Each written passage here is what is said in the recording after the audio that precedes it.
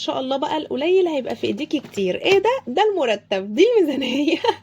الميزانيه يا بنات، عايزه اقول لكم والله العظيم حاجات بسيطه جدا هتعمليها هتبصي هتخلي ان شاء الله المرتب معاكي لحد اخر الشهر، وهيفيد، وهتحسي ان انت ان شاء الله ما صرفتيش منه الا يمكن نصه بس او ربع بس. خلاص ان شاء الله باذن الله كملي الفيديو للاخر هتشوفي انك هتاخدي كده كذا، يعني حاجات بسيطه قوي هتجيبي بيهم ميزانيتك. تمام.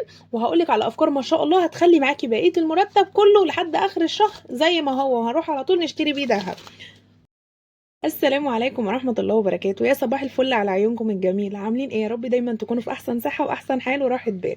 النهاردة كده جايبه لكم فيديو ان شاء الله هتستفادوا منه كتير قبل كده ما نقبض وقبل ما المرتب يتصرف. النهاردة جايبه لك حاجات باذن الله هتطبقيها في الشهر بفضل الله. المرتب هيكفيكي لحد اخر الشهر، بل بالعكس بيتك هيبقى مليان خير. بس لو لسه اول مرة تشوفي قناتي، حابة اعرفك على نفسي. قناتي اسمها وصفة ونصيحة مع مسك. خشي كده خدي لك لفة في الفيديوهات، ان شاء الله هتستفادي منها كتير قوي، هتوفري وتدبري وتشتري دهب ان شاء الله. لو الاكل والشرب ما بيكفيش والميزانيه معاكي ما بتكفيش لاخر الشهر، بعد ان شاء الله ما تتفرجي على الفيديوهات ان شاء الله بفضل الله بيتك هيبقى مليان خير، وكمان هيبقى فيه توفير. واهم حاجه ما تنسوش صلاه على النبي عليه افضل الصلاه والسلام، وادعوا لي دعوه حلوه كده ليا ولولادي ولكم بالمثل ان شاء الله. يلا بينا نبدا في الفيديو. عايزه اقول لك النهارده قعدت افكر كده، قلت قبل ما الناس يعني قبل ما كل واحده زوجها يديها فلوسها يا بنات، خلاص اول ما يديكي فلوسك على طول احنا طبعا عارفين ان احنا بنجيب الاساسيات. انا قعدت افكر ان في ناس قالوا لي يا مسك حتى الاساسيات الفلوس ما بقتش تكفيها بعد ما بندفع الدروس وبندفع الحاجات دي. الاساسيات حتى الاساسيات اللي احنا بنجيبها، البطاطس، الطماطم، الحاجات الاساسيات دي برضو ما بقتش تكفي. حبيبه قلبي جايبه لك الحل ان شاء الله، بس اهم حاجه ما تنسوش اللايك للفيديو كده قبل ما تسمعوه، والاشتراك في القناه لو لسه ما شرفتيش في القناه. بصوا بقى، اول حاجه انا فكرت في اساسيات الاساسيات. ايه هي اساسيات الاساسيات؟ هي من ضمن الاساسيات اللي انا كنت قايله لكم عليها قبل كده، بس حاجات لو انت حطيتيها في بيتك اعرفي ان بيتك دايما مليان خير، انك هتيجي في يوم مش هتقفي. خلاص طب ايه هي اساسيات الاساسيات؟ هقول لك حبيبه قلبي، اول بند في اساسيات الاساسيات دي انك تجيبي فرخه بيضه تكون عندك.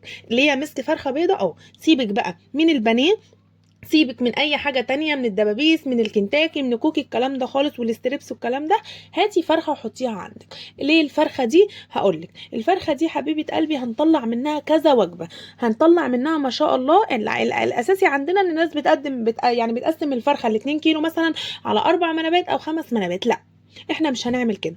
احنا الفرخه دي ما شاء الله مش هنقسمها على 4 منابات وتبقى وجبه، او نقسمها على 5 منابات وتبقى وجبه مع محشي زي ما الناس التقليديه مثلا بتعمل. لا ده احنا قايلين ان احنا بيتنا ان شاء الله هيبقى مليان خير وبركه. صليتوا بينا على النبي، زيدوا النبي صلاه عليه افضل الصلاه والسلام. ما تنسيش وانت بتكتبي في التعليقات الصلاه على النبي، حطي نيه جواكي انك بتصلي على النبي بنيه ان ربنا يبارك لك في اولادك، او ان ربنا يبارك لك في رزقك ويكتر رزقك، يوسع في رزقك، او ربنا يا رب يهدي لك مثلا زوج، اي امنيه بتتمنيها وانتي بتكتبي الصلاة على النبي. وان شاء الله احنا كلنا هنتم الصلاة على النبي بعديكي يعني ايه بالنية اللي انتي ان شاء الله تمنيتيها بفضل الله ان ربنا يحقق لك امنياتك. دي اهم حاجة يا بنات، النوايا.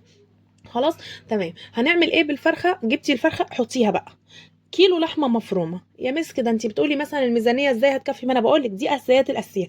جبتي فرخه وجبتي كيلو لحمه مفرومه، والله لو مش معاكي فلوس تجيبي لحوم تاني انت طول الشهر هخلي لك الفرخه وكيلو اللحمه المفرومه دول يكفوا معاكي طول الشهر. تمام. الرز، المكرونه، تمام، والعيش. بس هي دي اساسياتي. ولا تقولي لي بقى يعني مثلا اي حاجه تانية، هو ده بدال في البيت، عيشك ورزك ومكرونتك. خلاص انتي وراحتك. ممكن في ناس ما بياكلوش مكرونه، ممكن تخلي كله رز.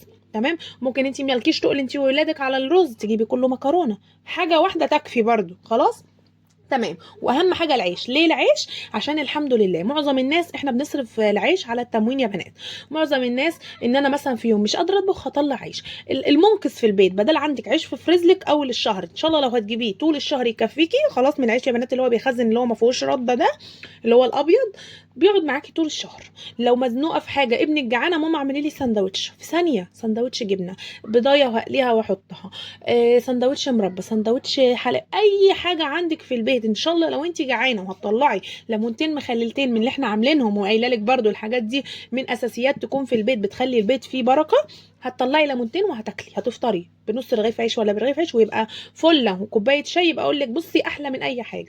يوم مش هتطبخي، وحاجه الاساسيات اللي انا قلت لك عليها، نص كيلو جبنه حادقه وهتجيبيه، وعلى مدار الشهور هيفضل عندك. وقلت لك هتزوديه ازاي، من البيض اللي احنا من العذر نبات، من اللبن اللي بيتوفر عندنا، وحته جبنه نشفت ان شاء الله، لو جبن العلب اللي هي مكان سندوتشات الولاد. احنا عارفين الايام دي في دراسه في حاجات ما تقدريش بيتك يستغنى عنها، بس هي كمان ممكن انت تطلعيها من حاجات تكون تايهه عنك خالص، من حته جبنه نشفت في التلاجة، من يا ستي ما فيش حاجه الحمد لله بتنشف، لو هجيب لي كل اسبوعين خرطه جبنه تمام، وانا هنشفها واحط عليها ملح، وبعد كده اقوم سقطها في البرطمان بتاعي. حته الجبنه دي صدقوني هتاكلني 3 4 اكلات، لما اجيب كده ربعها واقوم مقطعه تبقى جبنه حادقه تمام. وانا قايله لك هتعملي المش ازاي وكده ليه، ارجعي في الفيديوهات وان شاء الله هتستفادي تمام. لو هتطلعي ربعها على طماطمايه على خيارايه على بصلايه، وتعملي ما شاء الله ومعلقه طحينه صغيره عندك، او ما عندكيش يبقى رشه زيت، وتعملي طبق ما شاء الله كبير كده جبنه حادقه بطماطم وخيار وخضره،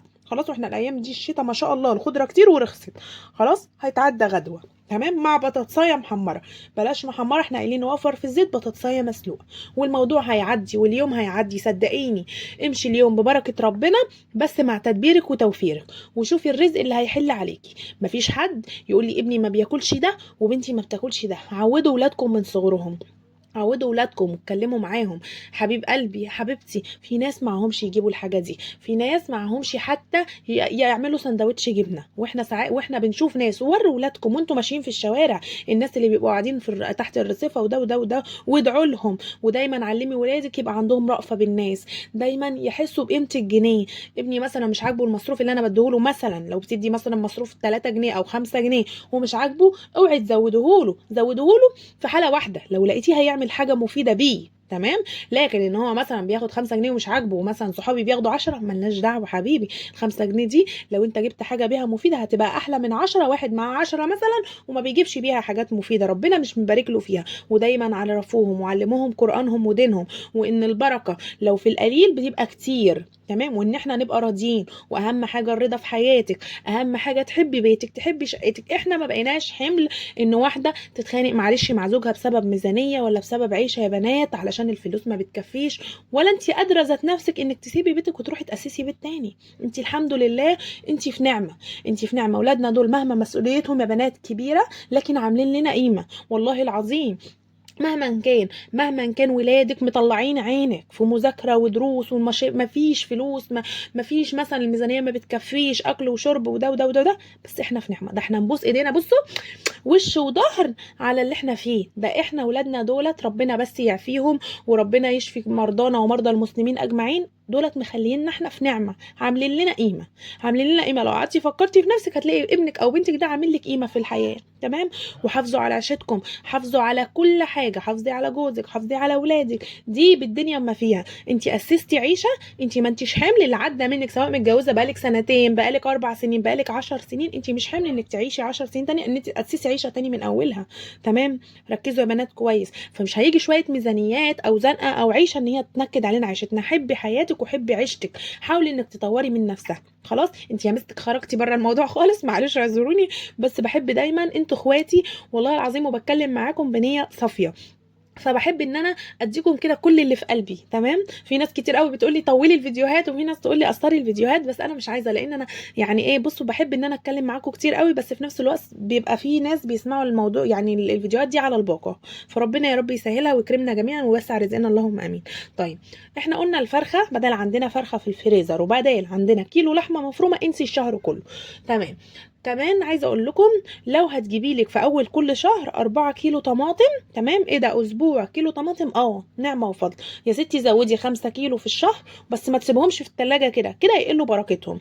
نقي مثلا، اللهم صل على النبي، نقي مثلا 3 كيلو ونص يكونوا طراي شويه ومحمرين، وتقومي عاملاهم صلصه. طب دولت هيكفوني طول الشهر؟ هيكفوكي. البنجر طلع بنجرايه صغيره كده بجنيه او ب2 جنيه، وهتقومي ضربها في الخلاط معاهم، وانسي بقى الحمار. شويه صلصه قد كده يعملوا لك صينيه بطاطس 2 كيلو تمام. وتبداي انك تقسمي وتحددي، انا مثلا هطبخ مرتين طبيخ في الاسبوع، يبقى انا ان شاء الله هقسم ال3 كيلو ونص دولت مثلا على 8 اكياس خلاص، ابقى محدده لنفسي. خلاص تمام. في ناس بتحب تشتغل بالصلصه، ممكن تجيبي مثلا 2 كيلو طماطم بدل الخمسه، وبحق ال3 كيلو التانيين تقومي جايبه لك برطمان صلصه. دلوقتي يا بنات بقى في اكياس صلصه اسمها الكيس ب 15 جنيه ما شاء الله، بتجيبيه بس ما تحطوش في التلاجة، حطيه في الفريزر، فضيه في برطمان وحطيه في الفريزر، وقبل ما تطبخي طبختك طلعي كسري حته بالسكينه او حته بالمعلقه. خلاص دي اكتر حاجه بتحافظ على الصلصه. ساعات بنحطها في التلاجة ونحط على وشها زيت او نقلب البرطمان. تخلي بصوا يا بنات، يعني مثلا البرطمان، استنوا كده، لو البرطمان مثلا وشه هنا تخلوه كده بحيث ان الفراغ ده ما فيهوش هواء، فما يعفنش او ما يعملش طبقه يا بنات. حاولي كده. بس انا بقيت افضل بصراحه ان الحاجه ما تغيرش خالص، ان انا بحطها في الفريزر وقبل الطبخ بقوم مطلعه كسره حته وحطها في الطبيخ وخلاص. تمام. ده في حاله ان انت لو بتحبي تستخدمي الصلصه. تمام. تمام. طب ايه اللي هيخلي المصروف يكفينا؟ هو ده، انا جبت ورقه وقلم قبل ما اصرف، قبل ما اعمل اي حاجه، قبل اي حاجه اللي بيوفر معانا في طول الشهر في الفطار. بتوفري لك كده 1000 جنيه بالميت. انت لو خرجتي واشتريتي لك فطار في يوم، مش هتشتري يعني مش هشتري حاجه، هتشتري لك ب 20 ب 25 جنيه فطار، من فول وطعميه ومثلا ب 10 جنيه بطاطس. تمام. تمام. انت بقى لو عملتي من اول الشهر جبتي لك كيلو فول مدمس وكيلو فول مدشوش، ده كيلو كتير قوي. اسمعيني، احنا في ايام هنعديها يوم هتفطري حته جبنه، تمام، او طبق بطاطس مسلوقه مثلا مهروس بشويه خضره عليه، الله نعمه وفضل من عند ربنا. اليوم اللي انا فاطره فيه مثلا بطاطس مهروسه كده، هقوم متغديه مثلا طبق فول بتخديعه ونعمه وفضل، مثلا سندوتشات فول وطعميه وفلافل زي المطاعم. تمام. واليوم يعدي، او هفطر مثلا حته جبنه الصبح وهتغدى كده فول وطعميه، واليوم ده انا مش هطبخ فيه مثلا، اللي هو هعمل ايه، طبق فول مثلا وبتاع ده، واقلي مثلا كيس فلافل طعميه، واليوم يعدي. تمام. فدي حاجه اساسيه، الكيلو ده هيكفيكي يوم ما انتيش هتطبخي، هتقومي مبدله فطارك هيبقى حاجه تانية، حته جبنه مثلا او شويه عسل في طبق، والغدا هيبقى فول وطعميه والكلام ده. دي حاجه اساسيات، كيلو فول يا بنات مدشوش، وكيلو فول مدمس. كمان هنجيب ايه، وكيلو فول يعني كيلو فول بتاع الفلافل يا بنات اللي هو المدشوش، وكيلو فول تدميس اللي هو الحصى. تمام. حاجه اساسيات كمان لو ولادك بيحبوها، هتجيبي لك نص كيلو بليله. تمام. نص كيلو الغله. وانا عايزه اقول لك، لو انت في بلد ارياف اشتري الكيلو ده بتمن يعني لو اشتريتي كيلو بتمن نص كيلو من عند العطار. لو انت في بلد ريفيه هتلاقي مثلا جيرانك في الارياف كده مخزنين غله، تشتري لك نص كيلو ما شاء الله، هيفرط معاكي بعد كده ما فيش. وتغسليه كويس لو هم مبدرينه ولا حاجه، وتغسليه كويس وتنقعيه قبليها بليلتين، مش هياخد منك ثانيه على البوتاجاز. تمام. طب نعمل ايه مثلا عشان الفول ما يسمرش؟ لو انت عندك حله سب، اقفلي عليه وهدي عليه النار، اقل من ساعه هيكون الفول مستوي، مش هتبقي فتحتي عليه خالص، هيبقى لونه فاتح. طب انا ما عنديش يا مسك، حاولي انك تسويه في حاجه وشها ضيق، يعني كنكه كبيره، براد لو عندك كبير يكون وشه ضيق، بحيث الحته اللي تسمر دي تكون على وش بس، يبقى الباقي كله ابيض. والله يا بنات بيبقى كهرمان. كمان حطي ليمونيه، اقطعي الليمونيه نصين وقومي حطاه فيه في قلبه، مش هتمرره ولا اي حاجه، بس بتمنع ان الفول يتاكسد. تمام. صليتوا بينا على النبي عليه افضل الصلاه والسلام. زيدوا النبي صلاه، ولو لسه ما ضغطتوش اضغطوا لايك. وما اعرفش، في ناس يا بنات كتير قوي بيخشوا يشوفوا الفيديوهات وما يشتركوش، فبالله عليكي لو انت لسه مش مشتركيني ومش منوراني في قناتي، نوريني كده وشرفيني في القناه وكبري عيلتنا الجميله بيك ان شاء الله. تمام يا بنات. يعني انا جبت الفرخه، جبت كيلو اللحمه المفرومه، جبت لي مثلا وليكن 5 كيلو رز و5 كيلو مكرونه. اهم حاجه العيش، تقومي رايحه جايبه العيش، سواء بقى هتجيبيه طول الشهر، سواء هتجيبيه بالبطاقه كل 3 ايام زي ما البتاع بيضرب، زي مثلا ما بطاقه التموين بتضرب، انتي وراحتك. بس اهم حاجه الفريزر عندك ما يخلاش من العيش. تمام. لو بتخبزي يبقى خبزي الشهر كله وحطيه في الفريزر طول الشهر، مش هتحتاري. تمام. كمان عايزه اقول لك، خلي حاجه اساسيه عندك، نص كيلو الجبنه القريش في اول الشهر. نص كيلو الجبنه القريش هيبقى في حدود 3 قطع. تمام. لو قطعه كبيره ما شاء الله هتاخدي 3، يعني تحطي قطعتين في علبه ميه، وابدا ان انا القطعه دي اقوم واخده 3 ارباعها عامله بيهم برطمان جبنه، اللي هي البرطمان الجبنه الكريمه، عشان انا اولادي مثلا ما بياكلوش شكل الجبنه القريش دي، واحطه في التلاجة هيكفيني الاسبوع. يبقى اصبح ان انا 3 ارباع دي و3 ارباع ادوني 3 اسابيع، وكل حته من الخرطه دي اتبقت هيكفوني الاسبوع الرابع بنص كيلو جبنه القريش دي الجبن. تمام. يوم هعمل سندوتشات جبنه للفطار، يوم التاني هبدله بالفول، الكلام ده خلاص. طب بعمل برطمان الجبنه الكريمي ده ازاي؟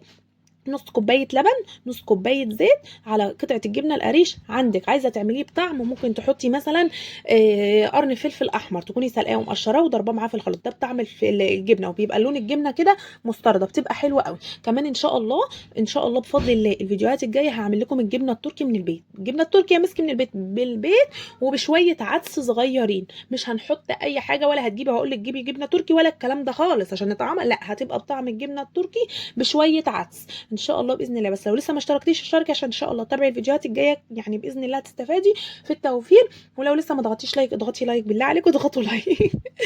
تمام يا بنات تمام. كمان ان شاء الله انا جبت مثلا الفرخه بتاعتي هقوم مطلعه الوركين، عامله منه مقطعه اربع مرات، يعني الوركين مقطعاهم على 4 وعامله وجبه خلاص، سواء كنتاكي سواء دبابيس، عذرا من سواء كنتاكي سواء مثلا في صينيه بطاطس سواء في شوربه لو هعمل محشي خلاص تمام. هاخد الصدر هقوم عامله منه يا اما نجرسكو يا اما عاملاه ستريبس يا اما عاملاه ناجتس، عامله لكم قبل كده ومورياكم الناجتس، عاملاه 27 قطعه ناجتس من صدر فرخه صغير، كانت الفرخه 2 كيلو الا كمان تمام، وعملت احلى 27 قطعه ناجتس كفوني ما شاء الله 3 وجبات من صدر، يعني 3 وجبات عملوا لي صدر يا بنات عملوا لي 3 وجبات تمام تمام. هاخد الدبابيس اللي فوق دي هقوم مثلا مسوياهم في شويه شوربه مثلا مع ايه، مع حله محشي تمام. وانا عايزه اقول لكم المحشي والله العظيم احنا بناكله كده من غير يعني ايه، ما بيبقاش محتاج لحمه اساسا. اصبح ان انا الفرخه طلعت منها ما شاء الله، وهاخد الكبده والقنصه والاجنحه عامله منهم برضو صينيه بطاطس تمام، يا اما حطاهم في اي حاجه في حله باميه مثلا خلاص. يبقى انا اصبح ان انا الفرخه ما شاء الله طلعت منها وليكن اللهم صل على النبي 5 6 وجبات من فرخه واحده، وجبات مش منابات وجبات.